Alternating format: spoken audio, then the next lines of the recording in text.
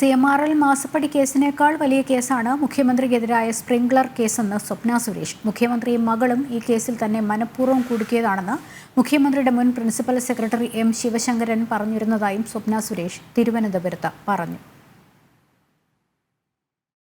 വ്യാജ ബിരുദ സർട്ടിഫിക്കറ്റ് ഉപയോഗിച്ച് സ്പേസ് പാർക്കിൽ ജോലി നേടിയെന്ന കേസിന്റെ തുടർ നടപടിക്കാണ് അഡ്വക്കേറ്റ് കൃഷ്ണരാജിനൊപ്പം സ്വപ്ന സുരേഷ് തിരുവനന്തപുരം ജില്ലാ മജിസ്ട്രേറ്റ് കോടതിയിൽ ഇന്ന് ഹാജരായത്. ഈ വേളയിൽ മാധ്യമപ്രവർത്തകരോടാണ് പഴയ സ്പ്രിംഗ്ലർ കേസിന്റെ പ്രാധാന്യം സ്വപ്ന ഓർമ്മിപ്പിച്ചത്. മാസപ്പടി കേസിനെ കുറിച്ച് നിങ്ങൾ എല്ലാവർക്കും അറിയാലോ, ലോകം മൊത്തം ഇപ്പൊ അറിഞ്ഞുകൊണ്ടിരിക്കുകയല്ലേ.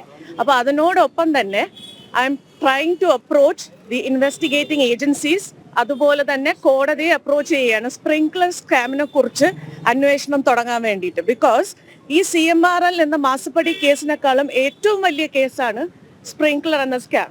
Selling of human data to international companies, which is very dangerous to the nation. അങ്ങനത്തെ ഏറ്റവും വലിയൊരു സ്കാമിനെ സൈലന്റ് ആക്കിക്കൊണ്ട് എല്ലാവരും മറന്നുപോയെന്നാണ് എന്റെ വിശ്വാസം. മുഖ്യമന്ത്രിയുടെ മുൻ പ്രിൻസിപ്പൽ സെക്രട്ടറി M. ശിവശങ്കരൻ പറഞ്ഞ കാര്യങ്ങൾ തെളിവ് സഹിതം നൽകാൻ തയ്യാറെന്നും സ്വപ്നയും അഭിഭാഷകൻ കൃഷ്ണരാജും പറഞ്ഞു. Shivshankar sir has opened up, confessed to me that he went through an emotional breakdown, saying that Veena Vijayan and the Honorable Chief Minister misused him, made him a scapegoat just like they made me. So we need something to come out and we need investigation on that. That's all. എല്ലാ റെക്കോർഡ്സും ഉണ്ട്, അതെല്ലാം ഹാജരാക്കിക്കൊള്ളാം. തെരഞ്ഞെടുപ്പ് കാലമായതിനാലല്ല ഇക്കാര്യങ്ങൾ പറഞ്ഞതെന്നും രാഷ്ട്രീയം പറയാൻ താല്പര്യമില്ലെന്നും അറിയിച്ചാണ് സ്വപ്ന മടങ്ങിയത്. ജനം, തിരുവനന്തപുരം.